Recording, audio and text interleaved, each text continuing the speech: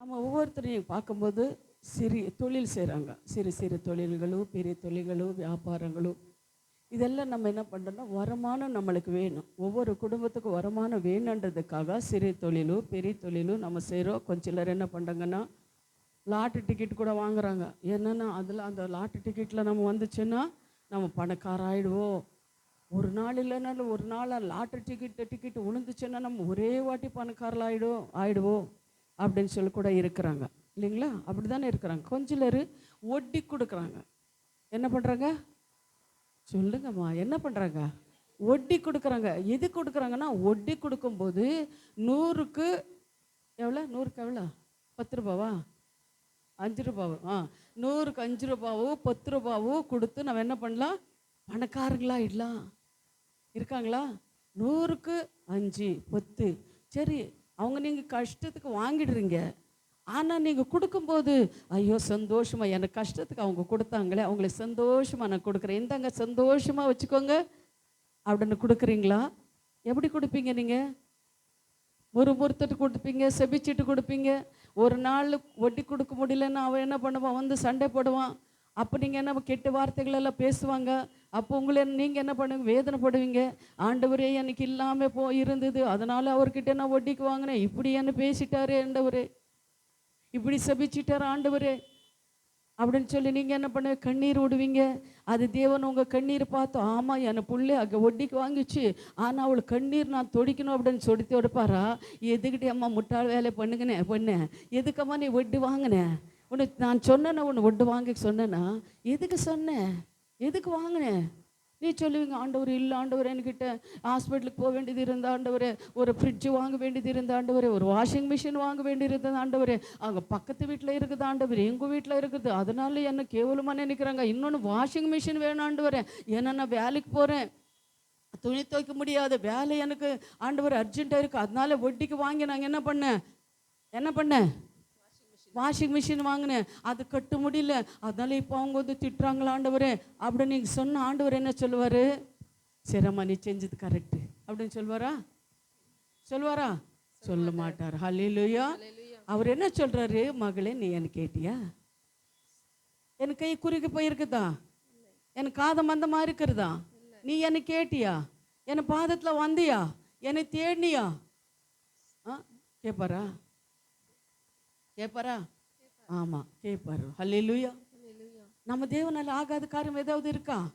எல்லா காரியங்களும் தேவனால ஆகும். ஏன் நம்ம இப்படி கஷ்டப்படணும்? அவங்களுக்கு கேட்கறது இல்லை, அவங்களுக்கு முக்கியத்துவம் கொடுக்கறது இல்லை, அவங்க கற்பனை படி நம்ம நடக்கிறது இல்லை இல்லையாப்பா? கற்பனை படி என்ன பண்ணுறது இல்லை, நம்ம நடக்கிறது இல்லை, கீழ்படுறது இல்லை, அவங்களுக்கு முக்கியத்துவம் கொடுக்கறது இல்லை. ஏதோ நம்ம கிறிஸ்தவங்களாக இருக்கிறோம், பேர் கிறிஸ்தவங்களாக இருக்கிறோம். நம்ம எப்படி நம்ம நடக்கணும், எப்படி நடந்து கொள்ளணும் எப்படின்னு நம்மளுக்கு தெரியாது. அதனால என்ன பண்ணுறேன்னா திடீர்னு போய் ஒட்டிக்கு வாங்குகிறோம், தொழில் செய்கிறோம், பிஸ்னஸ் செய்கிறோம். அதெல்லாம் அந்த தொழிலில் பிஸ்னஸ் தான் எப்படி செய்கிறோம்? மோசம் பண்ணுறோம். யாராவது ஒரு 100 ரூபாய் எக்ஸ்ட்ரா கொடுத்துட்டாங்கன்னு வச்சுக்கோங்களேன், அதை அப்படியே அமுக்கிடுறோம். ஏதாவது நம்மளுக்கு கிடைச்சிச்சுன்னா அது என்ன பண்ணுறோம்? அப்படியே அமுக்கிடுறோம். எனக்கு ஏதாவது லாபம் வருமா, யாராவது எனக்கு கொடுப்பாங்களா அப்படின்னு சொல்லி நம்ம என்ன பண்ணுறோன்னா நினைக்கிறோம் இல்லையா? ஆனால் மனுஷனை பார்க்காம இருக்கல, தேவனை பார்க்குறாரா இல்லையா? பார்க்குறாரா இல்லையா தேவனை? அந்த காசு எத்தனை நாளுக்கு நமக்கு வரும்? மோசம் பண்ணுற காசு, ஏமாத்துற காசு, ஏமாத்துற பொருள், இதெல்லாம் எத்தனை நாள் நம்ம கூட வரும்? கடைசி வரை இருக்குமா? அன்னைக்கு மட்டும் அன்னைக்கு ஜாலியாக நம்ம சாப்பிட்டுட்டு மூழ்கிட்டு போயிடும். அதுக்கப்புறம் 2வது நாள் என்ன வருது? அதே கஷ்டம் வருது. மறுபடியும் என்ன பண்ணுறோம்? போகிறோம், மறுபடியும் போய் சொல்கிறோம், மறுபடியும் வட்டிக்கு வாங்குகிறோம், மறுபடியும் கொடுக்க முடியாது, இவங்ககிட்ட வாங்கி அவருக்கு கொடுக்குறோம், அவங்கக்கிட்ட வாங்கி இவரு கொடுக்குறோம், இப்படியெல்லாம் நம்ம செய்து கொண்டு இருக்கிறோம் இல்லையா? அல்லேலூயா. ஆனால் இதில் சொல்லுவாங்க, உனக்கு எவ்வளோ பாய் இருக்குதோ அது மட்டும் நீ கால் சாச்சோன்னுவாங்க இல்லையாம்மா? அப்படி தானே சொல்லுவாங்க. பாய் எவ்வளோ இருக்குதோ அந்த அளவுக்கு நீ கால் சாச்சு, அதுக்கு மேலே நீ கால் சாச்சுன்னா தெருவில் போய் விழும், அடிப்படும். ஆனால் நம்ம என்ன பண்ணுறது இல்லை, அப்படி அது ನಮ್ಮ ಮನಸ್ಸು இருக்காது. ನಾವು ಬಡ್ಡಿಗೆ ತಕ್ಕೋಬೇಕು, ಬಡ್ಡಿ ಕಟ್ಟಬೇಕು, ಬಡ್ಡಿ ಕೊಡಬೇಕು. ಅವ್ರು ಏನು ಬಂದ್ರೇನು ಇದಕ್ಕಿಂತ ಅಲ್ಲಿ ಹಾಕೋದು, ಅಲ್ಲಿಗಿಂತ ಇಲ್ಲಿ ಹಾಕೋದು, ಈ ಥರ ನಾವು ಮಾಡಬೇಕು. ನಮ್ಮ ಮನೇಲಿ ಎಲ್ಲ ಬೇಕು. ನಾವು ನೋಡೋರೆಲ್ಲ ಏನು ಮಾಡಬೇಕು, ಅಬ್ಬಾ ಇವ್ರ ಮನೇಲಿ ನೋಡು ಎಲ್ಲ ಇದೆ, ಇವರೆಲ್ಲ ಸಹ ವಸತಿಯಾಗಿದ್ದಾರೆ, ವಾಷಿಂಗ್ ಮೆಷಿನ್ ಇದೆ, ಫ್ರಿಡ್ಜ್ ಇದೆ, ಗಾಡಿ ಇದೆ, 2 ವೀಲರ್ ಇದೆ, 4 ವೀಲರ್ ಇದೆ. ಆ 2 ವೀಲರ್ ಹಿಂದೆ 4 ವೀಲರ್ ಹಿಂದೆ ಏನೇನಿದೆ ಗೊತ್ತಿಲ್ಲ. ಆ 4 ವೀಲರ್ಲ್ಲ ಬಂದು ಇಳುವಾಗ ಕಾರು, ದೊಡ್ಡ ಕಾರು, ಏನು ಕಾರ ಹೆಸರು ಕೂಡ ನನಗೆ ಗೊತ್ತಿಲ್ಲ. ಆ ಕಾರುಗಳಲ್ಲಿ ಬಂದು ಇಳುವಾಗ ನಾವು ಮದುವೆಗೆ ಹೋದ್ರೆ, ನಾವು ಸೇವೆಗೆ ಹೋದ್ರೆ ಎಲ್ಲ ನನ್ನ ಏನು ಮಾಡಬೇಕು, ಅಪ್ಪ ಈ ಅಮ್ಮ ನೋಡಿ ಎಷ್ಟು ಚೆನ್ನಾಗಿದ್ದಾರೆ, ಎಂಥ ಕಾರಲ್ಲಿ ಬಂದಿದ್ದಾಳೆ. ಮರ್ಯಾದೆ ಬೇಕು ನಮಗೆ. ಮರ್ಯಾದೆ ಕಡಿಮೆ ಆದರೆ ನಾವೇನು ಮಾಡ್ತೀವಿ, ಅವ್ರಿಗೆ ಮರ್ಯಾದೆ ಕೊಡ್ತಾರೆ. ಅವ್ರ ಹತ್ರ ಕಾರಿದೆ, ಅವ್ರ ಹತ್ರ ಎಲ್ಲ ಇದೆ, ನಮ್ಮ ಕೈ ಹತ್ರ ಕಾರಿಲ್ಲ, ನಮಗೆ ಮರ್ಯಾದಿಲ್ಲ. ಅದಕ್ಕೋಸ್ಕರ ನಾವು ಏನು ಮಾಡಬೇಕು, ಅವ್ರಿಗಿಂತ ಜಾಸ್ತಿಯಾಗಿ ಸಾಲ ಆದ್ರೂ ಪರವಾಗಿಲ್ಲ, ಒಳ್ಳೆ ಕಾರು ನಾವು ತಕ್ಕೊಂಡೋಗಿ ಅಲ್ಲಿ ನಿಲ್ಲಿಸಿದ್ರೆ ನಮಗೊಂದು ಧೈರ್ಯ. ಆದರೆ ನಮ್ಮ ಹಿಂದ್ಗಡೆ ಯಾರು ಬರ್ತಾರೆ, ಸಾಲದವ್ರು ಬರ್ತಾ ಇರ್ತಾರೆ. ಒಂದು ತಿಂಗಳು ನೀನು ಅದು ಕಾರಕ್ಕೆ ಡ್ಯೂ ಕಟ್ಟಿಲ್ಲ ಅಂದರೆ ಏನು ಮಾಡ್ತಾನೆ ಅಂದರೆ ತಗೊಂಡೋಗ್ಬಿಡ್ತಾನೆ. ಚಲ್ಯ ಇದು மாதிரி நம்மளுக்கு தேவையா? அல்லேலூயா, அல்லேலூயா.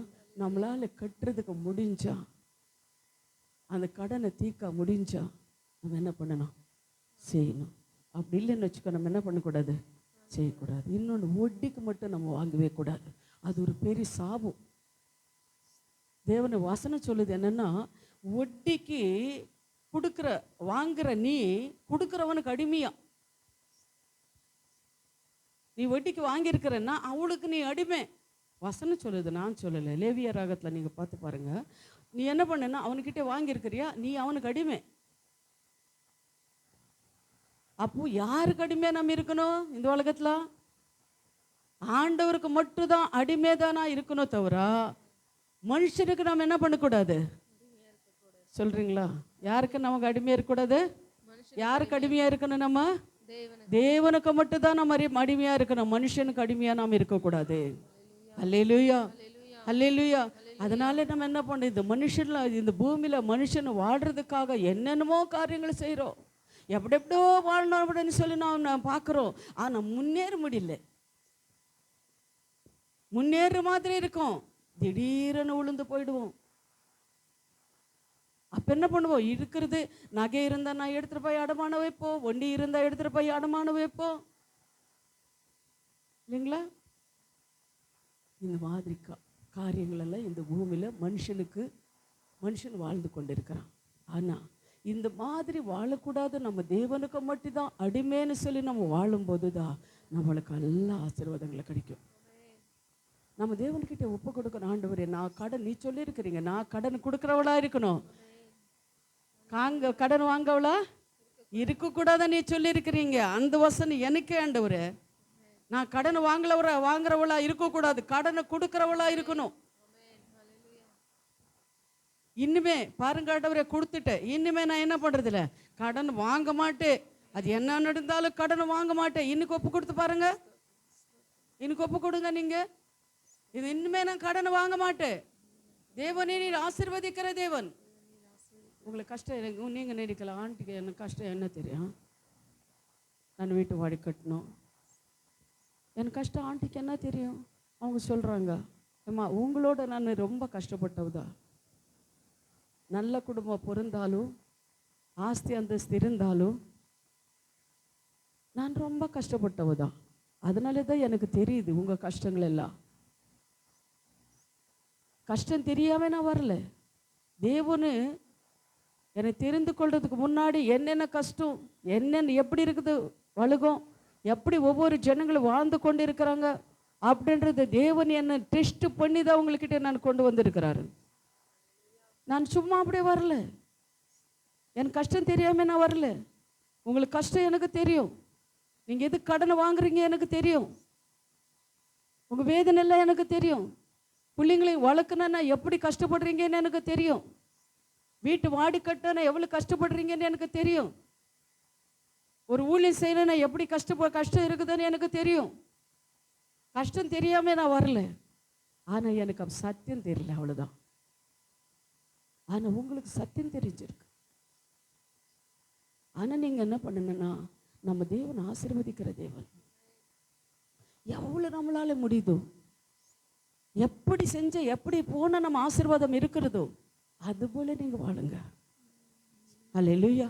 பாருங்க, இந்த வசனங்களை நீங்கள் பார்க்கும்போது ஒருத்தன் லூக்கா 12வது அதிகாரம் 16லிருந்து 20 வரை நீங்கள் பாடுங்க. அதெல்லாம் உங்களுக்கு தெரிஞ்ச வசனம் தான்.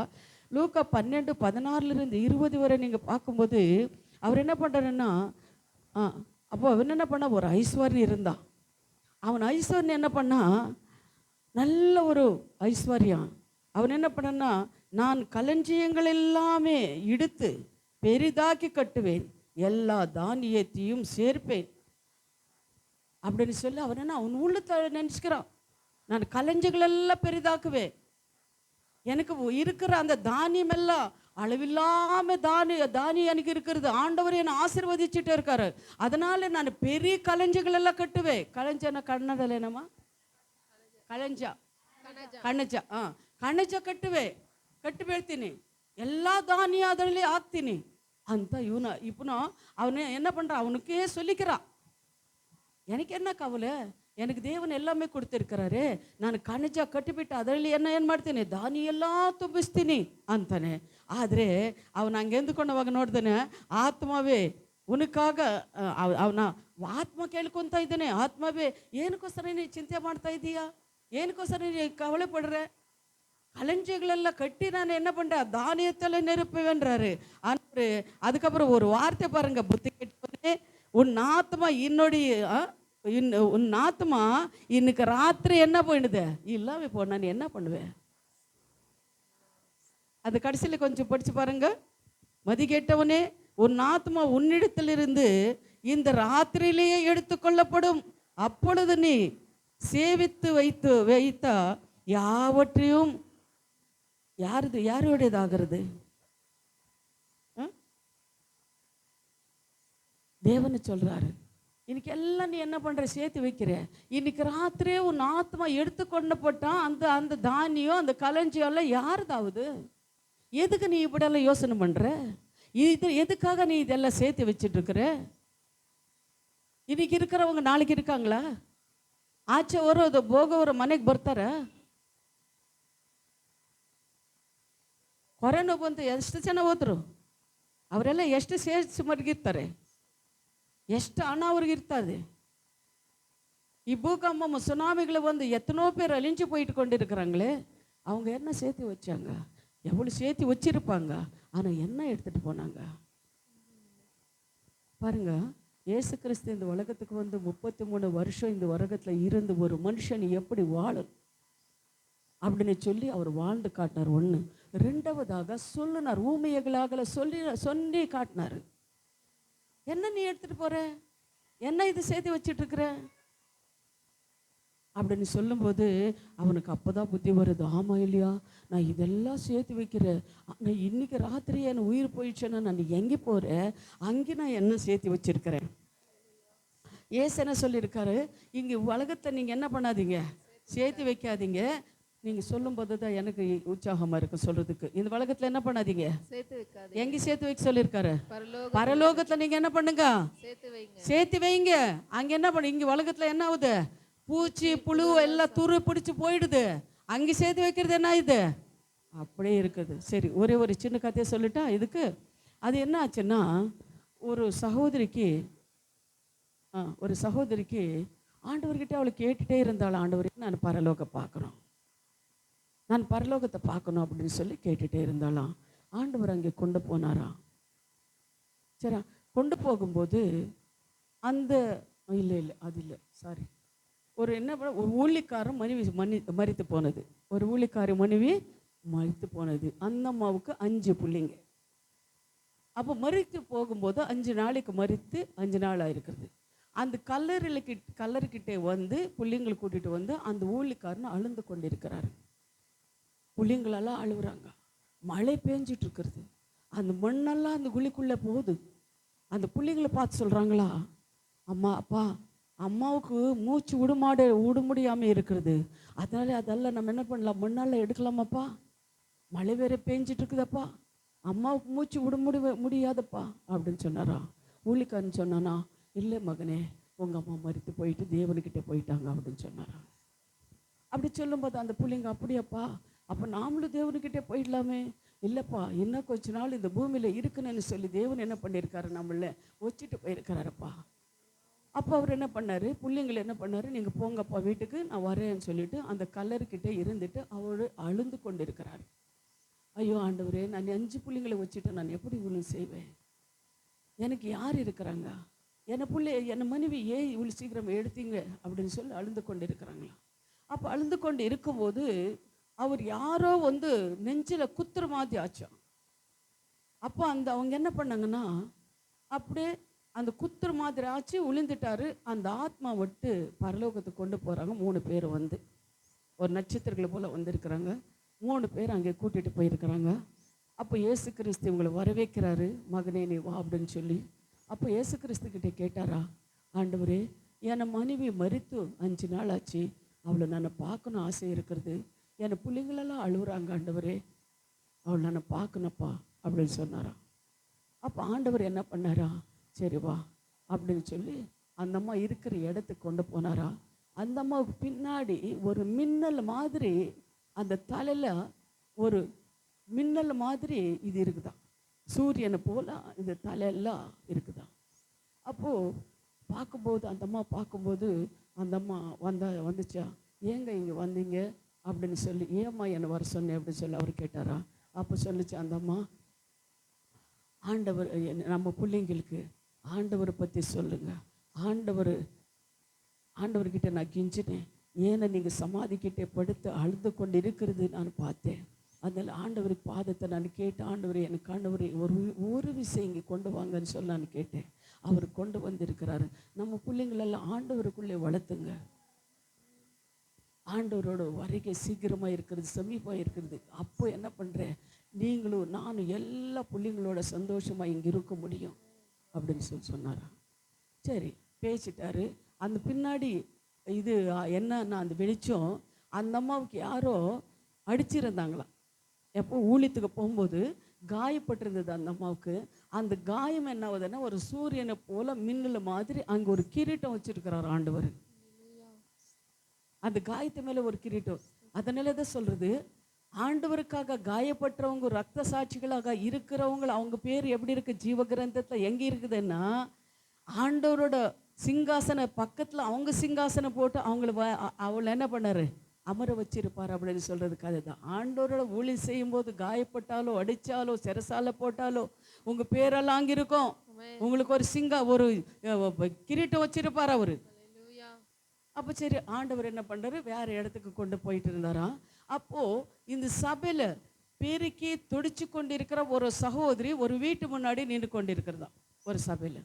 அப்போ இவர் சொன்னார், ஆண்டவரே, இந்த அம்மா வீடு இதுதானா, இந்த அம்மா வீடு எவ்வளோ நல்லா பெருசாக இருக்கிறது, இந்த அம்மா யாரும் அசெப்ட் பண்ண மாட்டாங்க, எல்லாரும் கேவலமாக நினைப்பாங்க, இந்த அம்மா என் சபையில் துடிச்சு கொண்டு இருந்தாங்க, எல்லாரும் செப்புலெல்லாம் துடிச்சு கொண்டு இருந்தாங்க, இந்த அம்மா வீடு இவ்வளோ பெருசு இங்கே இருக்கிறது ஆண்டவரே அப்படின்னு சொல்லி ஆண்டவர்கிட்ட இவர் கேட்டாரா இந்த ஊழிக்காரனு. ஆமாப்பா, இந்த அம்மாவை அப்படி அசெப்ட் பண்ணவளாக இருந்தா, ஆனால் இவ்வளோ ஆண்டவர் எனக்கு பயந்து அவளை வேலை செஞ்சு கொண்டு இருந்தா, அதனால அவள் வீடு அவள் என்ன பண்ணா, அவள் வருமானத்தில் 10% எனக்கு கொடுத்தா. அவள் கொடுக்க நான் என்ன பண்ணேன், இந்த இடத்துல கட்டி அவளுக்கு பெரிய ஒரு வீடு கட்டி கொடுத்துருக்குறேன். அப்போ எனக்கு ஆண்டவரே, நான் உங்கள் ஊழியம் செய்கிறேன் இல்லை ஆண்டவரே, எனக்கு சரி வா உன் வீடு நான் காட்டுறேன் அப்படின்னு சொல்லிட்டு ஒரு இடத்துக்கு கூட்டிகிட்டு போனாரா. கூட்டிகிட்டு போய் பார்த்தா சிவரெல்லாம் கொஞ்சம் கட்டி இருக்கிறதா, மேலே மோல்டு போடலையா. இதெல்லாம் கத்தையாக நினைக்காதீங்க, இதெல்லாம் உண்மை தான். ஆனால் தேவர் ஒவ்வொருத்தருக்கும் ஒவ்வொரு காரியங்களை காட்டுறாரு. அப்போது என்னதுன்னா, மோல்டு போடலையா, செவ்வறு மட்டும் எழும்பி இருக்கிறதா. ஏன் ஆண்டவரே, எனக்கு அந்த அம்மாவோட சின்ன வீடாக இருக்குது, இன்னொன்று மோல்டு வேற போடல, அது கொஞ்சமாக கட்டி வச்சிருக்கிறீங்க அப்படின்னா, இது பூமியில் நீ எது விதிக்கிறீங்க அதுதான் மகளே. நீ கொடுக்க நீ கொடுத்துருக்குற இவ்வளோ தான். நீ செவ்வறு எழுப்புற மட்டும் தான் கொடுத்துருக்குறேன், மோல்டு போடுறதுக்கு என்ன நீ கொடுக்கல. அப்போ நீ கொடுக்கும் போது உனக்கு மோல்டு போட்டு வைக்கிறேன். அப்போ நீ என்ன பண்ணுற, உனக்கு மோல்டு போட்டு நான் கொடுக்குறேன் அப்படின்னு சொன்னாராம். அப்போது என்ன பண்ணார், ஆண்டவர் சொன்னார், மறுபடி பாரு உன் பிள்ளைங்களெல்லாம் கஷ்டப்படுறாங்க, நீ போய் இது சாட்சியெல்லாம் சொல்லிவிட்டு நான் சீக்கிரமாக வருவேன்னு சொல்லி நீ சொல்லு அப்படின்னு சொன்னார். இன்னும் அவர் ஊழியம் செஞ்சு கொண்டு இருக்கிறாரு. இன்னும் அவங்க பிள்ளைங்கள்லாம் ஊழியம் செஞ்சு உயிரோடு தான் இருக்கிறாங்க.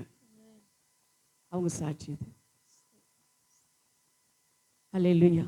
அதுபோல தான் நம்ம என்ன பண்ணணும்னா, இங்கே சேர்த்து வைக்கிறது எல்லாம் பூச்சி புழு எல்லாம் உளுந்து போயிடும். ஆனால் நம்ம இங்கே சேர்த்து வைக்கணும். அல்லேலூயா. அது வசனம் கூட அப்படிதான் சொல்லுது. நீ என்ன சொல்ற இதில் நீங்கள் பார்த்தீங்கன்னா, என்னாகமம் 24:4 என்னாகமம் 24:1 நீங்கள் படுங்க. இஸ்ராவேல் ஆசீர்வதிப்பதே கர்த்தருக்கு பிரியமா. என்னவா? இஸ்ராவேல் ஆசீர்வதிக்கிறதே கர்த்தரோட பிரியம். என்னாகும் 24:1 சரி. அது ಕನ್ನಡல என்னவோ தெரியாது. இஸ்ராவேல் ஆசீர்வாதம் ಮಾಡೋದೇ தேவருக்கு பிரீத்தியா. நம்மள ஆசீர்வாதமா இருக்கணும் தான் தேவன் சொல்றாரு. அதை நீங்க பார்க்கும்போது உபாகம் 28:1-14 வசனங்கள் நம்மளுக்கு எல்லாருக்கும் தெரியும். ಉಪಾಗಮ 28:1-14 ವರೆ. ಉಪಾಗಮ ಎನ್ನಮ್ಮ ಕನ್ನಡದಲ್ಲಿ ಧರ್ಮೋಪದೇಶ 28:1-14 ವರೆಗೂ ದೇವರು ಆಶೀರ್ವಾದ ಮಾಡ್ತೀನಿ ಅಂತ ಹೇಳಿದ್ದಾರೆ. ಹೆಂಗೆ ಅವರು ಆಶೀರ್ವಾದ ಮಾಡ್ತಾರೆ? ಪಟ್ಟಣದಲ್ಲೂ ವೆಳಿಯಲೂ ಆಶೀರ್ವದಿಪ್ಪಾರ್. ನೀ ಆಚೆ ಹೋಗುವಾಗ ಮನೆಗೆ ಬರುವಾಗ ದೇವರು ನೀನೇನು ಮಾಡ್ತಾರೆ?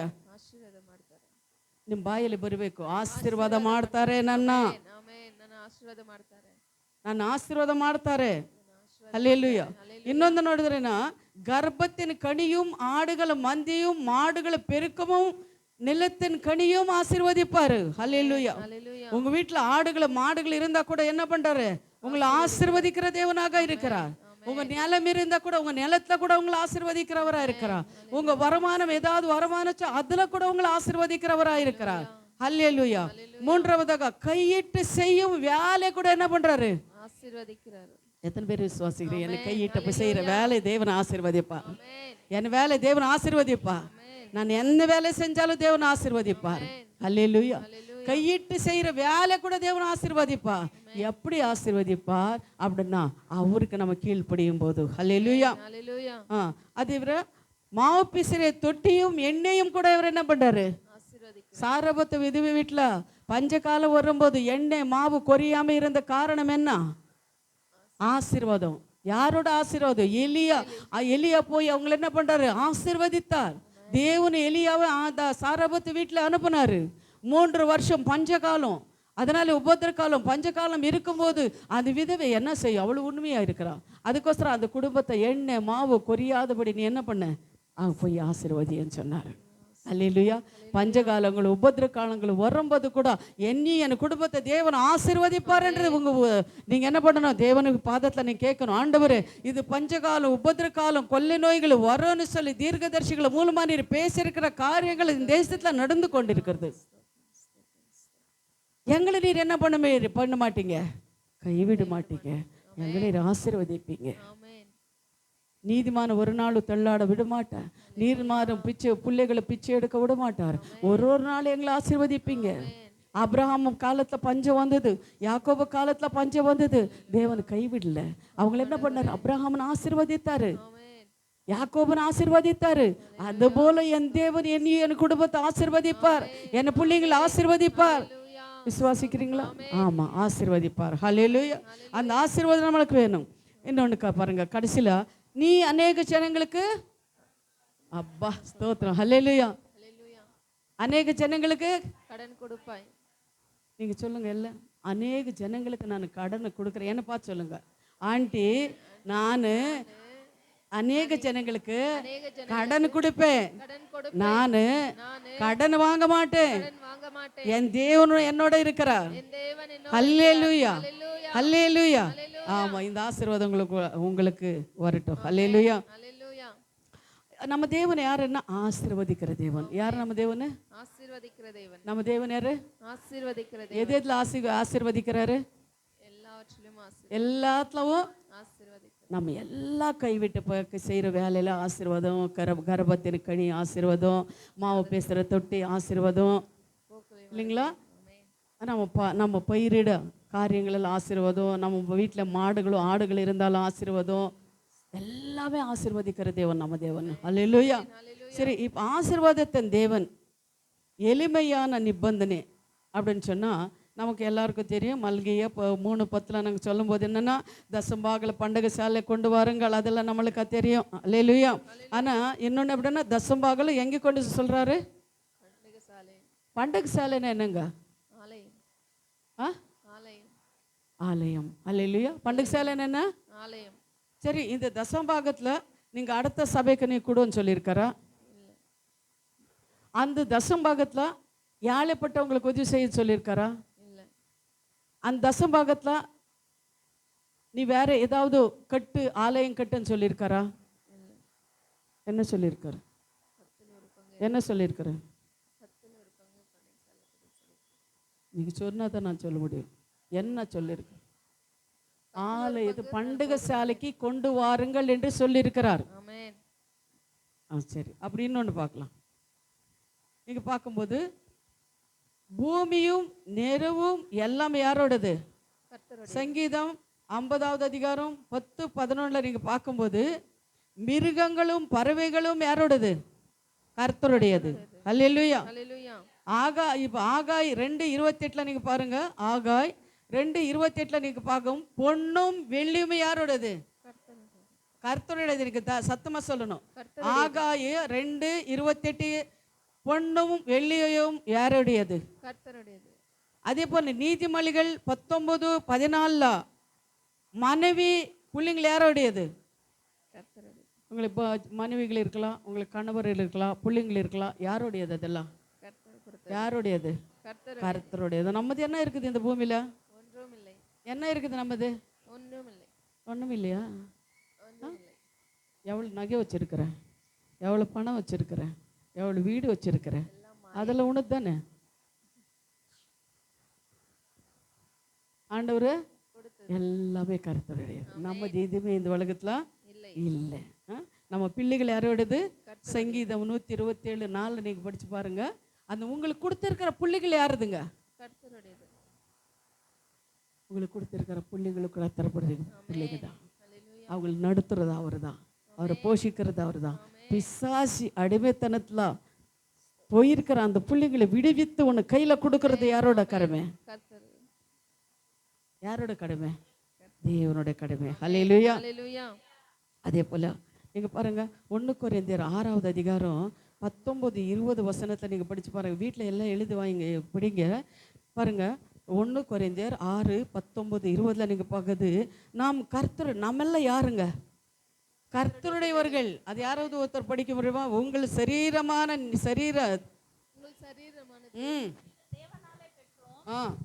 அங்கேயும் இருக்கிற பரிசுத்த ஆவியினுடைய ஆலயமா இருக்கிறது என்றும், பரிசுத்த ஆவியனோட ஆலயமா இருக்கிறது என்றும், நீங்கள் உங்களுடையவர்கள் அல்லவென்றும். நீங்கள் யாருடையவர்கள் அல்ல? உங்களுடையவர்கள் அல்ல. உங்களுடைய யார்கள்? இந்த சரீரம் உங்களுது கிடையாதுங்க. இந்த ஆத்மா உங்களுது கிடையாதுங்க. நான் என்னது கிடையாது. நான் ஆண்டவருடைய. இது எல்லாம் அவருக்கு சொந்தம். உங்க குடும்பம், உங்க பிள்ளைங்க, உங்க கணவர், உங்க மனைவி, உங்க ஆஸ்தி, உங்க அந்தஸ்து எல்லாமே ಯಾರೋಡದನ್ನ? ದೇವರದು. ನಮ್ಮದು ಏನು ಈ ಪ್ರಪಂಚದಲ್ಲಿ ಇಲ್ಲ. ಯಾವಾಗ ಹೋಗು ಅಂದರೆ ನಾವು ಹೋಗ್ತಾನೆ ಇರಬೇಕು, ಗಂಟು ಮೂಟೆ ಕಟ್ಟಿಕೊಂಡು. சரிங்களா? நமது எதுவுமே இந்த உலகத்துல இல்லைங்க. அல்லேலூயா. அதே போல நீங்க பார்க்கும்போது உபாகமம் 8:17-18 நீங்க பார்க்கும்போது, உபாகமும் 8:17-18 நீங்க பார்க்கும்போது, நாம் சாபத்திற்கும் என் சாமர்த்தியமும் சம்பாத்தியமும் என் கை பலனும் இந்த ஐஸ்வரியத்தை எனக்கு சம்பாதித்தது என்று நீ உன் இருதயத்தில் சொல்லிக் கொள்ளாமலும். நீ என்ன பண்ண முடியாது? இந்த ஆஸ்தி, இந்த அந்தஸ்து, இந்த வீடு எல்லாம் நான் தான் சம்பாதிச்சேன்னு சொல்லி நீ என்ன பண்ணக்கூடாது? சொல்லிக் கொள்ளாமலும் எச்சரிக்கையாயிரு. நேபுக்கத்நேச்சர் என்ன பண்ணாரு? பாபிலோன் மேலே மாடி மேலே நின்னாரு. பாபிலோன் பார்த்தாரு, அப்பா இதெல்லாம் நான் கட்டினதா? இந்த வீடு, இந்த ஆஸ்தி, இந்த அந்தஸ்து எல்லாம் நான் கட்டினது அப்படின்னு சொல்லி நேபுக்கத்நேச்சர் பெருமை வந்தது அவருக்கு. என்ன நடந்தது? 7 வருஷம் மாடுகளை போல பில்லு தின்னாரு. மாடுகளை போல நகைகள் வந்தது. அந்த ராஜா பொதுவி போனது. பெருமையுள்ளவருக்கு தேவன் என்ன பண்றாராம்? எதிர்த்து நிற்கிறார். தாழ்மை உள்ளவருக்கு கிருபை அந்த பெருமை வந்ததுனால நேபுக்கத்நேசர் 7 வருஷம் மாடுகள் சாப்பிடுற மாதிரி பில்லு சாப்பிட்டாரு. அந்த ஹிருதயம் கூட மாட்டுக்கு இருக்கிற ஹிருதயம் இருந்தது. அந்த நகைகள் எல்லாம் மாட்டுக்கு இருக்கிற நகைகள் எல்லாம் நகலை போற இருந்தது. அவங்க சரீரமாமா பனில இருந்ததா, பனி நனைஞ்சுதான். ஏன்னா அந்த பெருமை வந்ததுனால. அன்பானவர்களே, நம்ம எதுவுமே இந்த உலகத்துல இல்லை. நம்ம தேவனுடையவர்கள். தேவன் தான் நம்ம இந்த உலகத்துக்கு நம்மளை கொண்டு வந்திருக்கிறார். அல்லேலூயா, ஹல்லேலூயா, அல்லேலூயா. ஹல்லேலூயா. அதே போல இன்னைக்கு பார்க்கும்போது சகலமும் கர்த்தருடையது, நம்மளுக்கு எதுவுமே கிடையாது. அல்லேலூயா, ஹல்லேலூயா. அது நீங்கள் பார்க்கும்போது லேவியராகம் 27:30 வாசிங்க. லேவியராகம் 27:30. தேசத்திலே நிலத்தின் வித்திலும் நிலத்தில் பாருங்க, தேசத்திலே நிலத்தின் வித்திலும் விருட்சங்களின் கனிகளிலும் தசம பாகம் எல்லாம் கர்த்தருக்கு உரியது. அது கர்த்தருக்கு பரிசுத்தமானது. கொஞ்ச சிலர் என்ன பண்றாங்கன்னா, இது யாருது? உங்க வீட்டில் ஆடு இருந்தாலும் மாடு இருந்தாலும் உங்க வீட்டில் ஃபர்ஸ்ட் குழந்தை இருந்தாலும் என்ன இருந்தாலும் யாருக்கு சொந்தம்? கர்த்தருக்கு சொந்தம். நீங்க ஒப்பு கொடுக்காம இருக்கலாம் உங்க பிள்ளைங்களை, ஆனா கர்த்தருக்கு சொந்தமான பிள்ளை அது. யார் உங்க வீட்டில் பெருசு இருக்குதோ அதெல்லாம் கர்த்தருக்கு சொந்தமானது. நீ எப்போ கிறிஸ்டியனுக்கு வந்து கிறிஸ்துவுக்குள்ளே வந்து ஞானஸ்தானம் எடுத்துக்கொண்டு இருக்கிறியோ, தேவன் எப்போ தெரிந்து கொண்டாரோ உங்க பிள்ளைய யாருக்கு சொந்தம்? அது ஆணானாலும் சரி பெண்ணானாலும் சரி கர்த்தருக்கு சொந்தமான அந்த பிள்ளை அது. உன் வீட்டில் ஆடு மாடுகள் குட்டி போட்டாலும் யாருக்கு சொந்தம்? உன்னு போய் இது வெயில்லாம் நெல் கொள்ளு வந்தாலும் யாருக்கு சொந்தம்? ஒரு செடியில் ஒரு பூசணிக்காய் வந்தால் யாருக்கு சொந்தம்? அல்லேலூயா. அது யாருக்கு சொந்தம்னா கர்த்தருக்கு சொந்தம். அல்லேலூயா, அல்லேலூயா. அப்போ பாருங்க, அப்போ இதெல்லாம் ஆண்டவர் சொல்லியிருக்கிறார் இஸ்ரவேல் ஜனங்களுக்கு. அதன்படி அவர் செய்திருக்கிறார் இல்லைங்களா? செய்திருக்கனால தான் அவருக்கு என்னன்னா ஆசீர்வாதம். பரிசுத்தமானதே தாம் விழுங்க கூடாதாம். அப்போ பரிசுத்தமானது நீங்க விழுங்கும்போது கன்னடல என்ன முழுங்கும் போதா? பரிசுத்தமானது நீங்க விழுங்கும்போது சபிக்கப்பட்டவர்களா இருப்பீர்களாம். பரிசுத்தமானது தேவனுக்கு கொடுக்க வேண்டிய காரியங்கள், தேவனுக்கு சொல்லியிருக்கிற அந்த காரியங்களை செய்யாம இருக்கும்போது யாரா? சபிக்கப்பட்டவங்களா? அல்லேலூயா. ஏன்னா நம்மளுக்கு தெரியாத நிறைய காரியங்கள். நமக்கு ஏன் ஆசீர்வாதம் இல்லாம இருக்கிறோம்? ஏன் நம்ம கஷ்டப்படுறோம்? நமக்கு இதெல்லாம் தெரியல. யாரும் நான் குறை சொல்லலை. இதெல்லாம் நம்ம எனக்கு என்ன பண்ணல, தெரியல. தெரிஞ்சாலும் நம்ம செய்யல. இன்னொரு காரியம் என்னன்னா, தெரிஞ்சாலும் நம்ம கொடுக்கறதுக்கு மனசு வராது. நான் ரட்சிக்கப்பட்ட புதுசா ஒரு சிஎஸ்ஐ சபைக்கு நான் போயிட்டு இருந்தேன். அப்போ எனக்கு வருமானம் இல்லை. எங்கள் பொண்ணு மட்டும்தான் சம்பாதிப்பா. சம்பளம் 6500 ரூபாய். அதில் 600 ரூபாய் நான் 650 ரூபாய் தசமாக கொடுத்துருவேன். அந்த 6000 ரூபாயில் 3000 ரூபாய் வாடகை, 3000 ரூபாயில் நாங்கள் கொடுத்துட்டு இருந்தோம். அப்போது அந்த பாஸ்டர் இதே மாதிரி பிரசங்கம் பண்ணி கொண்டு இருந்தார். அந்த பாஸ்டர் எப்போ பார்த்தாலும் என்னது, கரண்ட் இருக்காது அந்த சர்ச்சில், சிஎஸ்ஐ சர்ச்சில். அப்போ அவர் பாஸ்டர் வேதனையோட சொல்லிட்டு இருந்தார், ஜென்ரேட்டர் வாங்கணுன்னா 9000 ரூபாய் ஆகுது. ஆனால் ஜென்ரேட்டரி 9000 ரூபாய், அதுக்கு டீசல் அதெல்லாம் நம்ம வாரம் போட்டால் நம்ம ஆராதனைக்கு எந்த ஒரு தடை இல்லாமல் நல்லபடியாக நம்ம ஆராதனை நடத்தலாம். இப்போ ஞாயிற்றுக்கிழமை என்னென்ன கரண்ட் எடுத்துடுவாங்க அப்படின்னு சொல்லும்போது பரிசுத்த ஆவியானவர் எனக்கு ஒரு வாஞ்சி என்னென்னா, ஐயோ நம்மக்கிட்ட காசு இருந்தால் நம்ம வாங்கி கொடுத்துருக்கலாம், நம்மக்கிட்ட தான் காசு இல்லையே அப்படின்னு சொல்லி நான் வேதனைப்பட்டு கொண்டு இருக்கிறேன். அப்படி இருக்கும்போது எங்கள் வீட்டில் வந்து என் பிள்ளைக்கு சொல்லணும்னு நினைக்கிறேன், எங்கள் பெரிய பொண்ணுக்கு. அப்போ அவ சொன்னா, அம்மா எப்படியாவது நீ வாங்கி கொடுத்துருமா, நமக்கு இன்னும் ஆசீர்வாதம் வரும்மா அப்படின்னாரு. அப்போ நான் என்ன பண்ணேன், காதில் இருந்த கம்மல் எடுத்துகிட்டு போயிட்டு அந்த பாஸ்டருக்கு என்ன பண்ணேன்னு 9000 ரூபாய் நான் கொடுத்தேன். அவர் ரொம்ப சந்தோஷப்பட்டார். அப்படியே போயிட்டு ஜென்ரேட்டர் வாங்கினாங்க. இது ஒரு 5 ஜென்ரேட்டர் ஓடிட்டு இருக்குது. அல்லேலூயா. இதுவரை ஆனால் ஒரு நாள் ஃபோன் பண்ணி சொல்லும்போது, ನಿಮ್ಮ ஜென்ரேட்டர் தாம்மா ஓடுத்தா ಇದೆ அப்படின்னு சொன்னார். எனக்கு ரொம்ப சந்தோஷம். அல்லேலூயா, அல்லேலூயா. அப்போ அதுக்கப்புறம் அந்த கம்மல் எடுக்கிறது கூட தேவன் உதவி செய்தார். எடுத்துட்டேன்னு வச்சுக்கோங்க. அப்படி நமக்கு என்னென்னா கொடுக்குற மனசு வராது. 10,000 ரூபாய் நம்ம வாங்கிட்டு வரோம். 10 கஷ்டங்கள் உங்களுக்கு இருக்கும். அவனுக்கு ஒட்டி கட்டணும், இவனுக்கு ஒட்டி கட்டணும், வாடி கட்டணும். அப்போ என்ன பண்ணுதுன்னா, ஐயோ ಏನು ಮಾಡೋದು எனக்கு ಕೊಡೋಕ್ಕಾಗಿಲ್ವೇ, இந்த ஆண்டவர் கொடுக்குற காசு இந்த வட்டிக்காரனுக்கு கொடுத்துடலாம் அப்படின்னு சொல்லி என்ன பண்ணுவீங்க, என்ன கஷ்டப்படுவீங்க, கொடுத்துடுவீங்க, ஆசீர்வாதம் எழுந்திடுவீங்க. தேவன் என்ன சொல்கிறாருன்னா, நீ எல்லாருக்கும் கொடுக்குற முன்னாடி எனக்கு கொடு, அப்போது நான் ஆசீர்வதிப்பனோ இல்லையோன்று நீ என்ன பண்ண சோதித்து பாரு. ஆனால் நீங்கள் என்ன சொல்லணும்னா, ஆண்டவரே அந்த கடினமான ஹிருதயம் எனக்கு வேண்டாம், நான் உங்களுக்கு கொடுக்குற ஹிருதயத்தை எனக்கு கொடுங்க. ஐயோ நான் கொடுக்கணுமே சொல்லி புலம்பிட்டு கொடுத்தான்னா ஆசீர்வாதம் இல்லை. கட்டாயத்தின் மேலே கொடுக்கக்கூடாது, பிரீத்தின அன்புனால நம்ம கொடுக்கணும். அல்லேலூயா. கட்டாயமாக நம்ம கொடுக்கக்கூடாது. கட்டாயம் பண்ண ஐயோ கொடுத்ததா ஒன்றுமே அப்போதான் ஆசீர்வாதம் வரோம்னு சொல்லி ஆண்டி சொல்லியிருக்கிறாங்க. அதனால தேவனே நான் கொடுக்குறேன் சுவாமி அப்படின்னு கொடுக்காதீங்க. என்ன நெடுந்தாலும் சரி, யார் கைவிட்டாலும் சரி, நான் தேவனே உங்களுக்கு நான் கொடுத்துட்டேன். நீங்க கொடுத்தது யார் கொடுத்தது? அதை தேவனு கொடுத்தது நான் கொடுத்துட்டேன். நீங்க கொடுத்தீர் ஆண்டவரே, நான் கொடுத்துட்டேன்.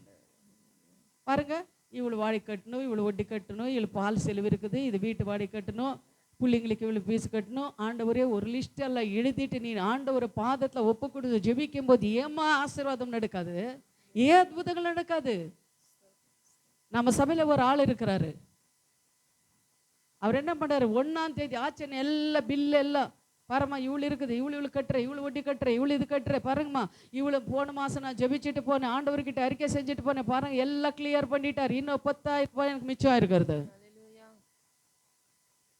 இந்த மாதம் பாரும்மா இவ்வளோ செலவு இருக்குது, இவ்வளோ வரவு இருக்குது, பாரும்மா கண்டிப்பாக என் தேவன் ஆசீர்வதிப்பார். அந்த ருசி பார்த்தவங்களுக்கு தாங்க தெரியும். நான் அது ரட்சிக்கப்பட்ட காலத்தில் சொல்லிட்டு இருந்தேன். ஊழிக்காரங்களெல்லாம் பணம் கேட்கும்போது, தசம்பாகம் காணி கேட்கும்போது மமதா நானே பேசியிருக்கிறோம். என்ன பேசியிருக்கிறோம், என்ன ஏன் இவங்க எப்போ பார்த்தாலும் காணிக்கை தசம்பாகம்னு சொல்லி கேட்டுட்டு இருக்கிறாங்க, ஏன் ஆண்டவர் கேட்ட கொடுக்க மாட்டாரா அப்படின்னு சொல்லி நாங்கள் 2 பேரும் குறை சொல்லியிருக்கிறோம் ஊழிக்காரங்கள மேலே. அப்போதானே எனக்கு தெரிஞ்சு, அப்போ தெரியல எனக்கு. ஆமாம், ஆண்டவர் கேட்ட கொடுப்பாங்களே, ஏன் இவங்க எப்போ பார்த்தாலும் தசம்பாகம் காணிக்கைன்னு சொல்லி எல்லாரும் ஏழைப்பட்டவங்களெல்லாம் பின்னுறாங்க அப்படின்னு சொல்லி எத்தனோ நான் கோவப்பட்டிருக்கிறேன். ஆனால் ஆண்டவர்கிட்ட வந்ததுக்கப்புறம், வேதத்தை வாசித்ததுக்கு அப்புறம் தான் தெரியும் நாம் ஆண்டவருக்கு கொடுக்கணும்னு. அல்லேலூயா. நம்ம வேதத்தை வாசிக்க வாசிக்க பரிசுத்த ஆவியானவர் ஒவ்வொரு காரியங்களும் நம்மளுக்கு வெளிப்படுத்துவார். கற்பனையில் படி நம்ம நடக்கும் போது, அவர் சொல்றதுக்கு கீழ்ப்படியும் போது கண்டிப்பாக நம்ம ஆசீர்வதிப்பார். அல்லேலூயா, அல்லேலூயா. அதே போல நிறைய இடத்துல பார்த்தீங்கன்னா அதுக்காக தசம்பாகம் காணிக்கை அப்படின்னு சொல்லி கேட்குறவங்களுக்கு கூட தப்பு அப்படின்னு சொல்லி நான் நினைக்கிறேன். ஏன்னா கொடுத்தா தேவனை உள்ளத்தை பேசினால் கொடுத்தாலும் மட்டும்தான் வாங்கணும் தவிர நம்ம கேட்டு வாங்குறது ரொம்ப தப்பு. அல்லேலூயா. நம்ம ஆனால் நமக்கு என்னென்னா ஜெபிக்கணும். அவங்களுக்காக ஜெபிக்கும் போது தேவன் அவர்களோட பேசுவார்.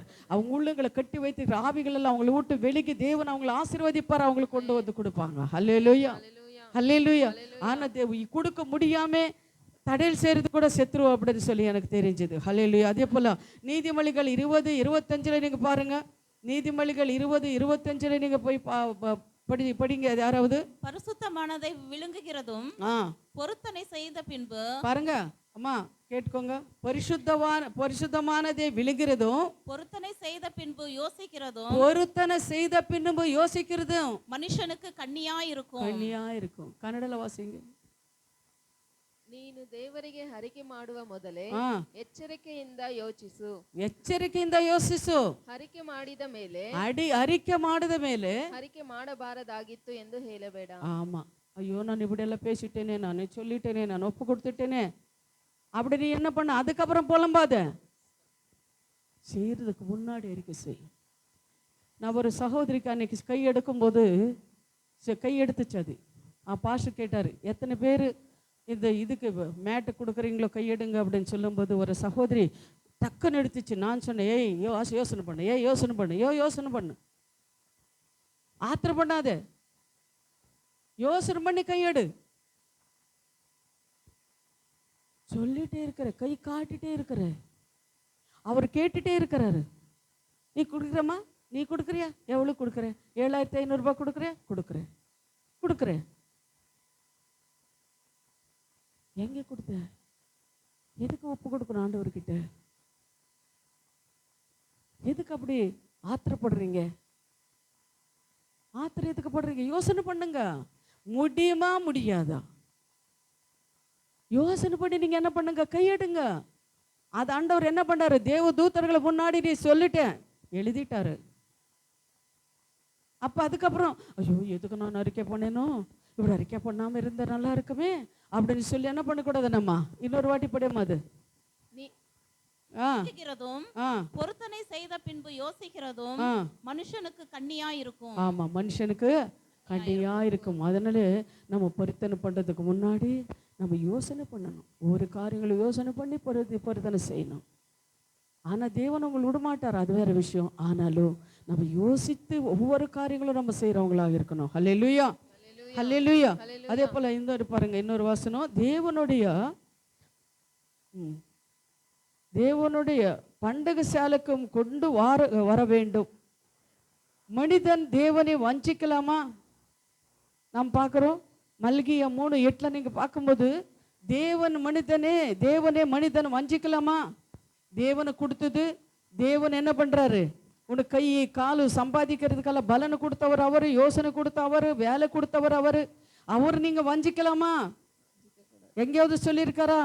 தேவன் சொல்லியிருக்காரு பாருங்க. மனுஷன் தேவனை வஞ்சிக்கலாமா? நீங்களோ என்னை வஞ்சிக்கிறீர்கள். எதிலே உம்மை வஞ்சிக்கின்றோம் என்கிறீர்கள்? தசம பாகத்திலும் காணிக்கைகளும் தானே. ஆமா, தசம பாகத்திலும் காணிக்கை தானே வஞ்சிக்கிறீங்க. அதே போல 3:10-11 வாசிமா.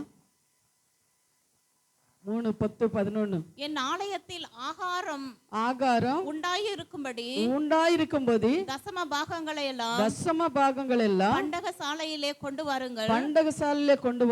அப்பொழுது நான் வானத்தின் பலகணிகளை திறந்து இடம் கொள்ளாமல் போகும் மட்டும் உங்கள் மேல் ஆசீர்வாதத்தை வர்ஷிக்க பண்ணுவேன் என்று அதனால் என்னை சோதித்து பாருங்கள் என்று சேனைகளின் கர்த்தர் சொல்லுகிறார். எங்கேயாவது வேதத்துல சொல்லி இருக்கிறாரா என்னை சோதித்து பாருங்கள் என்று எங்கேயாவது சொல்லி இருக்கிறாரா?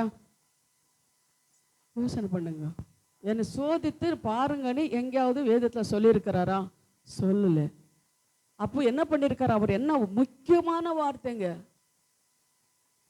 உங்களுக்கு புரியுதோ இல்லையோ தெரியல, எனக்கு புரியுது. முக்கியமான வார்த்தை, என்னை சோதித்து பாருங்க அப்படின்னு சொல்லிருக்கு. நீ ஜெபம் பண்றதுல சோதித்து பாரு, நீ உபாசம் இருந்து என்னை சோதித்து பாரு, நீ கரெக்டா சர்ச்சுக்கு வந்து என்னை சோதித்து பாரு, நீ வேதத்தை படிச்சு என்னை சோதித்து பாரு.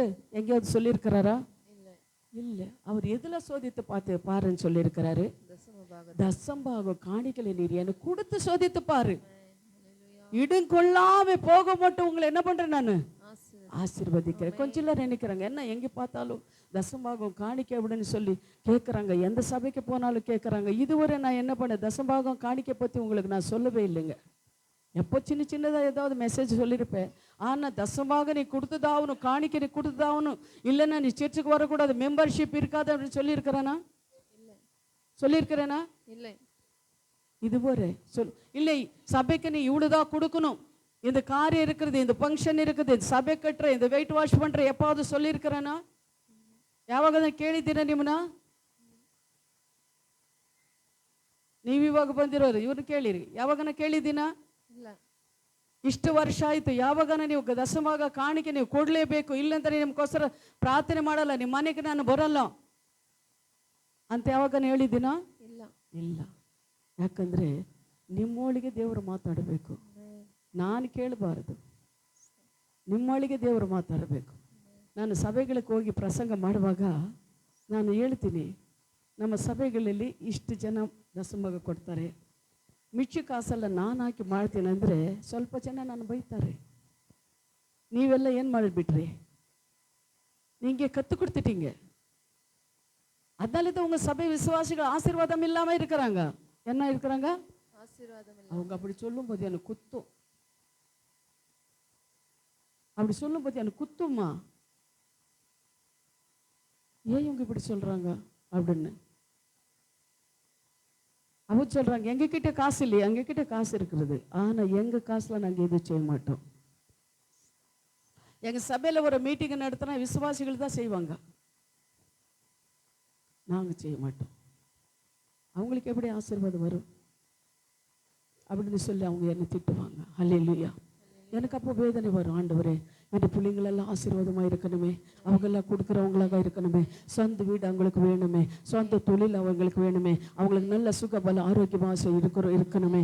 தேவனை அவங்க உள்ளத்தில் தேவன் இரு பேசுங்கப்பா அப்படின்னு சொல்லி நான் ஜபித்த நாள் எத்தனை நாள் இருக்கிறது. அல்லேலூயா.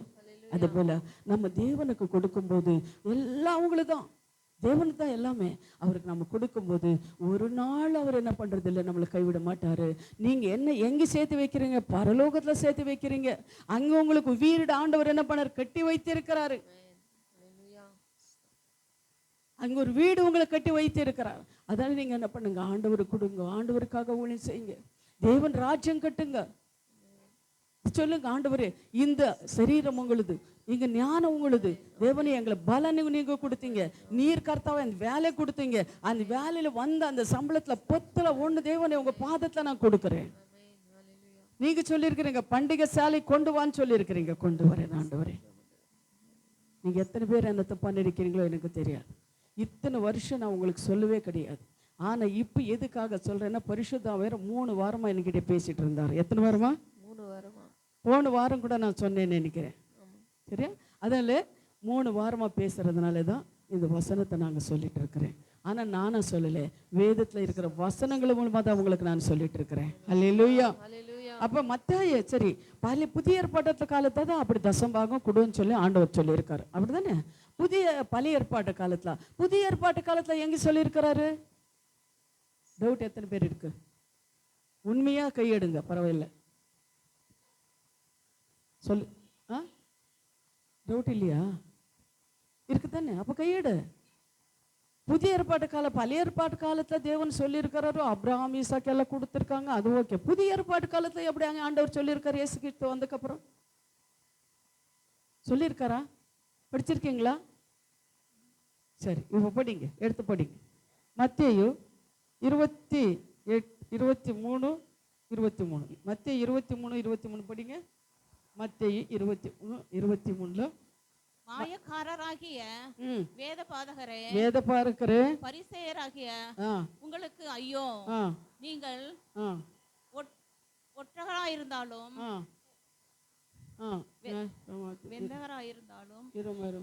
வெந்தயத்திலும் ஜீரகத்திலும் தசம்பாகம் செலுத்தி நியாய பிரமாணத்தில் கற்பித்திருக்கிற விசேஷத்துல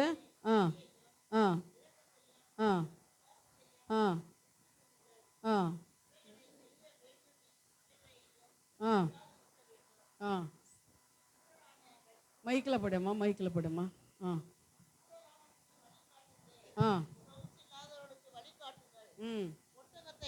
விழுங்குகிறவர்களாய் இருக்கிறீர்கள். மாயக்காரராகிய வேத பாதகரே, பரிசேயரே. பாருங்க எப்படி திட்டார் பாத்தீங்களா? மாயக்காரராக வேத பாரகரே, பரிசேயரே, உங்களுக்கு ஐயோ, உங்களுக்கு ஐயோ. போஜன பான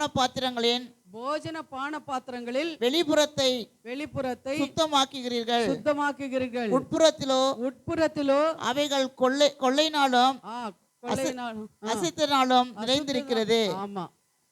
என்ன பண்றாரு? வேத பாதகரே, பரிசேயரே என்ன பண்ண? வெளிப்புறத்தை மட்டும் சுத்தமாக்கி இருக்கிறேன், நல்லா தேய்ச்சி குளிக்கிறீங்க, நல்லா துணியெல்லாம் துவைக்கிறீங்க, ஆனா உள்புறத்தை சுத்தமாக்கு. அதுக்கப்புறம் இன்னும் கீழே நீங்க போனீங்கன்னா இருக்குது வெள்ளை அடிக்கப்பட்ட கல்லறை போல உங்க ஹிருதயங்கள் எப்படி இருக்கிறதா இருக்குது? மாயக்காரர்களாய் இருக்கிற வேத பாரகர்களே, பரிசேயரே, உங்களுக்கு ஐயோ, வெள்ளை அடிக்கப்பட்ட கல்லறையாய் ஒப்பாயிருக்கிறீர்கள். வெள்ளருக்கு கல்லறைக்கு வெள்ளை அடிக்கப்பட்டு கல்லறைக்கு ஒப்பாயிருக்கிறீர்கள். ஒப்பாயிருக்கிறீங்க. கல்லறை பார்க்கும்போது மேலே நல்லா இருக்கும். ಕಲ್ಲರೆ ಗೊತ್ತಾ? ಇವು ಕನ್ನಡ ಅರ್ಥ ಆಗುತ್ತೆ ತಮಿಳು ಬರೋದು. ಅದು ಕಲ್ಲರೆಯಲ್ಲಿ ಹೇಗಿರ್ತದೆ, ಸುಣ್ಣ ಅಡಿಗೆ ಮಾಡಿ ಇನ್ನು ಮಾಡ್ತಾರೆ, ಗ್ರಾನೈಟ್ ಕಲ್ಲೆಲ್ಲ ಹಾಕಿ ನೋಡುವಾಗ ಮೇಲೆ ಏನು ಮಾಡ್ತದೆ, ಚೆನ್ನಾಗಿರ್ತದೆ.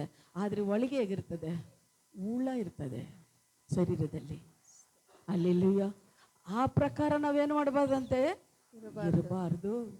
ನೀವೇಂತರಲ್ಲಿ ಇದು ಕೊಡಬೇಕು ದಶಮಭಾಗ, ಜೀರಿಗೆಯಲ್ಲಿ ಮೆಣಸೆಯಲ್ಲಿ ಕೂಡ ನೀವೇನು ಮಾಡಬೇಕಂತೆ, அதில் 10ல் 1 எல்லாத்துல கூடன்னு சொல்லி அதில் சொல்லி ஆடு மாடுகளல்ல அதை இது என்ன சொல்லியிருக்காருன்னா, ஜீரகத்தில் மெழுகத்தில் வெந்தயத்தில் நீ என்ன பார்த்து எல்லா காரியத்தில் தசபாகம் கொடு. எங்கேயும் கொண்டு வரணும், பண்டிகை சாலைக்கு கொண்டு வரணும் தேவன் சொல்லியிருக்கிறார். அல்லேலூயா. அதே போல நீங்க பாருங்க, நெகேமியா 10வது அதிகாரம் 38 39 நீர் பாருங்க. இந்த தசபாகம் எதுக்கு, தசபாகம் எதற்காக கொடுக்க வேண்டும்? லேவியராகிய தசம பாகம் சேர்க்கும் போது ஆரோனின் குமாரனாகிய ஒரு ஆசாரியன் லேவியரனோடு கூட இருக்கவும் தசம பாகமாகிய அதிலே லேவியர் யுத்தத்தில் ஒரு பங்கை எங்கள் தேவனுடைய ஆலயத்தில் உள்ள பொக்கிஷ அறைகளிலே கொண்டு வரவும் திட்டம் பண்ணி கொண்டாம். ஆமென். அல்லேலூயா. இதுக்காக ஆலயத்துக்கு இது கொடுக்கணும் தசம்பாகம் அப்படின்னு சொல்லியிருப்பது. ஆலயம் ஆலயத்தில் உயர்த்துக்க, ஆலயம் நம்ம என்ன பண்ணணும், உயர்த்தணும். இப்போ ஆலயத்தில் எவ்வளோ காரியங்கள் இருக்கிறது. இப்போ நிறைய சுண்ணம் அடிக்கணும்னு எவ்வளோ ஆகுது, ப்ரொஜெக்டர் வாங்கினேன்னு எவ்வளோ ஆகுது, மைக்கு வாங்கினாங்களே எவ்வளோ வருது ஆகுது. இப்போ நம்ம சபையில ஒரு சபையில் நம்ம ஜபம் நடத்துகிறோம், எவ்வளோ ஆகுது. நம்ம ஊழிக்காரன் நம்ம சபையில் ஊழிக்காரங்களுக்கு உதவி செய்யணும், அது எவ்வளோ ஆகுது. சபை காரியங்களுக்காக நம்ம என்ன பண்ணணும், தசம்பாக காணிக்க கொடுக்கணும். தசம்பாக காணிக்க கொடுக்குற அந்த சபைகளும் ஜெபிக்கிற அந்த சபைகளும் வளர்ந்து கொண்டே போயிருக்கிறது. நம்ம சபை அப்படி இருக்கக்கூடாது. நம்ம சபை வளரணும். நீங்க எங்க சேர்த்து வைக்கிறீங்கன்னு, பரலோகத்துல நீங்க சேர்த்து வச்சுட்டு இருக்கிறீங்க. நீங்க நினைக்கல எனக்கு கொடுத்த என்ன, நான் எது கொடுக்கணும், ஊழிக்காரங்களை சாப்பிடுவாங்களே, அது உனக்கு கவலைப்படாத. நீ கணக்கு கேட்கறது அவரு, நீ அதை கவலைப்படாத, கேட்கறது அவரு. ஊழிக்காரன் சாப்பிட்டாலும் ஆலய பணிக்கு அவரை கொடுத்தாலும் நீ கொடுத்துட்ட, நீ முடிஞ்சு போச்சு உனக்கு கடமை. ஆனால் கடன் கர்த்தர் கணக்கு கேட்பார். உங்களுக்கு கேட்க மாட்டார், ஊழிக்காரங்களை கேட்பார். ஆனால் நீ செய்ய வேண்டிய கடமை நீ என்ன பண்ண, செஞ்சிடு. ஊழிக்காரன் செய்ய வேண்டிய கடமை என்ன பண்றாரு, அவர் செய்யட்டும். அல்லேலூயா, அல்லேலூயா. அதே போல 2வதாக நீங்க பார்க்கும்போது 1 கொரிந்தியர் 9:13-14 நீங்க வாசிங்க. சுவிசேஷ வேலைக்காக நம்ம என்ன பண்ணணும், ஆண்டவரை கொடுக்கணும். சுவிசேஷ வேலைக்காக தேவனுக்கு, சுவிசேஷ அறிவிக்கின்றவர்களுக்கும் சுவிசேஷத்தினாலே பிழைப்பு உண்டு வேண்டும் என்று கர்த்தருடைய கட்டளை இருக்கின்றது. சுவிசேஷம் சொல்றவனுக்கு இந்த தசம்பாக காணிக்கல அவனு பழிக்கணும் அப்படின்னு சொல்லி கூட இருக்கிறது. ஆனா தசம்பாக ஒரு 50,000 ரூபாய் வந்துச்சுன்னா 50,000 ரூபாவும் ஆண்டி பிள்ளைங்களை தான் சாப்பிடணும் அப்படின்னு சாபந்தம் வந்துடும் அக்கட மேல. இப்ப ஊழியத்துக்காக தேவன் எவ்வளவு சொல்றாரோ அவளை எடுத்துட்டு தசம்பாகத்துல போய் ஊழியம் செய்யும் போதுதான் ஆசீர்வாதம். அல்லேலூயா. சுவிசேஷத்துக்காக நம்ம என்ன பண்ணணும், அந்த தசம்பாகத்தை நம்ம பிரயோஜனப்படுத்தணும். ஒரு இடம் வாங்கணும், ஒரு கட்டணும், மீட்டிங் நடத்தணும். நம்ம சபையில் யாராவது ஏழைப்பட்டவங்க இருக்கிறாங்க, அவங்களுக்கு ஒரு தீர்மானம் பண்ணணும். ஒரு சாவு நல்லது கெட்டது இது என்ன பண்ணணும்னா நம்ம எடுத்து போய் யுகப்படுத்தினவர்களா இருக்கணும். அல்லேலூயா. ஒவ்வொரு சபை பார்க்கும்போது எல்லாம் எழுதி வச்சிருப்பாங்க, மாசம் எவ்வளவு வருது, வீட்டில் நடக்கிற காரியங்களுக்கு நம்ம என்ன பண்ணணும், ஒரு நல்லது நம்ம செய்யணும் அப்படின்னு சொல்லி என்ன பண்ணுவாங்க, அந்த வீட்டில் நடக்கிற காரியத்துக்கு அவங்க எவ்வளோ கொடுத்துருக்குறாங்களோ அந்த பாத அமௌண்ட்டு அவங்க குடும்பத்தில் கஷ்டமா இருக்கும்போது அவங்களுக்கு கொடுத்து சபை உதவி செய்வாங்க. ஒரு திருமணம் நடந்தாலும் சரி, ஒரு சாவு நடந்தாலும் சரி, அவங்க மாசம் மாசம் கரெக்டாக சபைக்கு வந்து தசமாக காணிக்க கொடுக்கும்போது அவங்க குடும்பங்களை நடுக்கும்போது அவங்களை என்ன பண்ணணும், சபையோட போய் அவங்க குடும்பத்தை உதவி செய்வாங்க. ஹல்லேலூயா, ஹalleluya. ஹல்லேலூயா. அப்படி அதுக்காக தான் தேவனுக்கு காணிக்க தசமாக நம்ம கொடுக்கணும்னு சொல்லி ஆண்டவர் சொல்றாரு. பாருங்க, அபிரகாமு கூட தசமாக கொடுத்தார். ஆதியாகம் 14:16. ஆதியாகம் 14:16 படிக்காதீங்க. அபிரகாமு கூட என்ன பண்றாருன்னா தசமாக செலுத்தினார். அதே ஆதியாகம் 18:20 நீங்க கூட பார்த்தீங்கன்னா கூட ஆதி அபிரகாம் தசபாகம் செலுத்தினார். யாக்கோபு இது பார்த்தீங்கன்னா ஆதியாகம் 28:20 22 வரை நீங்க பார்க்கும்போது யாக்கோபு கூட தேவன் எனக்கு தருகிற ஒவ்வொன்றுலவும் நான் என்ன பண்றேன், தசமாக கொடுக்குறேன்னு சொல்லி ஆண்டவர் யாக்கோபு ஒப்பு கொடுத்தார். ஆனா யாக்கோபுக்கு தேவன் என்ன கொடுத்தாரோ எல்லாத்துல ஒவ்வொரு தசபாகம் கொடுத்தார். அபிரகாமுக்கு தேவன் என்னென்ன கொடுத்தாரோ அதுல கூட அவர் தசபாகம் கொடுத்தார் அப்படின்னு சொல்லி நம்ம பார்க்கிறோம். ஹல்லேலூயா. அதே போல 2 கொரிந்தியர் 9:7 என்ன டைம் ஆச்சு அதனால முடிக்கிறேன். 2 கொரிந்தியர் 9:7 நீங்க எழுதிக்கோங்க. உற்சாகமாய் என்ன பண்ணுனா விசுவாசமும் விசனமும் அல்ல, கட்டாயமும் அல்ல, தன் மனதிலே நியமித்தபடி எல்லாம் கொடுக்க கடவன். உற்சாகமாய கொடுக்கின்றவர்கள் இடத்திலே தேவன் பிரியமாய் இருக்கிறார் அப்படின்னு சொல்லி வசனம் சொல்லுகிறது. கட்டாயத்தினால அல்ல. நீங்க என்ன பண்ணணும், உற்சாகத்தோட தேவனை கொடுக்கும் போது கர்த்தர் உங்களோட இருந்து உங்களை ஆசீர்வதிக்கிறேன்னு சொல்றாரு. ஹல்லேலூயா. அதே போல நீங்கள் கர்த்தர் அன்னித்லவும் தசமாக கொடுக்கிறவங்களாக இருக்கணும். கர்த்தர் ஆசீர்வாதம் ஐஸ்வர்ய தரும் அப்படின்னு சொல்லி நீதிமொழிகள் 10:22 நீங்க பார்க்கும்போது கர்த்தர் ஆசீர்வாதம் ஐஸ்வர்யத்தை தரும். கர்த்தர் ஆசீர்வாதத்தை பெற உங்களே வருமானங்களை அனைத்திற்கும் தசமாக நீங்க கொடுக்க வேண்டும். ஹல்லேலூயா. உங்க வருமானங்கள் என்ன இருக்கிறதோ அந்த வருமானத்துல கொஞ்சம் என்ன 10,000 ரூபாய் வாங்கினா 500 ரூபாய் கொடுக்குறீங்க. தயவு செஞ்சு சொல்ற பாருங்க, உங்களுக்கு எவ்வளவு சம்பளம் இருக்கிறதோ 10 நீங்க கொடுத்து பாருங்க. ஆனா இந்த வருஷத்துக்குள்ள உங்க கடன் இருந்தாலும் சரி, ஒரு வியாதி இருந்தாலும் சரி, நஷ்டங்கள் உங்க குடும்பங்கள்ல வராதபடி தேவன் ஆசீர்வதிக்கிறவரா இருக்கு. நான் சொல்லல, வசனம் சொல்லுது. நான் சொல்லல, வசனம் சொல்லுது. ஆனா நீங்க என்ன பண்ணணும், கட்டாயத்தோட மனசு ஏதோ ஐயோ கொடுக்கணுமே அப்படி இல்லை. நீங்க கொடுக்கும் போது தேவனுக்கு உண்மையாய் பரிசுத்தமாய் பயபக்தியோட விசுவாசத்தோட அன்போட நீ கொடுக்கும் போது கர்த்தர் உங்களை ஆசீர்வதிக்கிற தேவனாக இருக்கிறார். ஹல்லேலூயா. கொஞ்ச நாள் கஷ்டம்தான் அந்த விசுவாசம் வர்றதுக்கு. அதுக்காக நீங்க ஜெபம் பண்ணுங்க. கண்டிப்பா தேவன் உங்களை ஆசீர்வதிக்கிறவரா இருக்கிறார். நம்ம எல்லாம் எழுமி இருக்கலாம். இப்போ நம்ம பார்த்தோம் எதுக்குன்னா வருமானத்தை பெருக பண்ணுகிறது எப்படி, வருமானத்தை நம்ம எப்படி பெருக பண்ணலாம் அப்படின்னு சொல்லி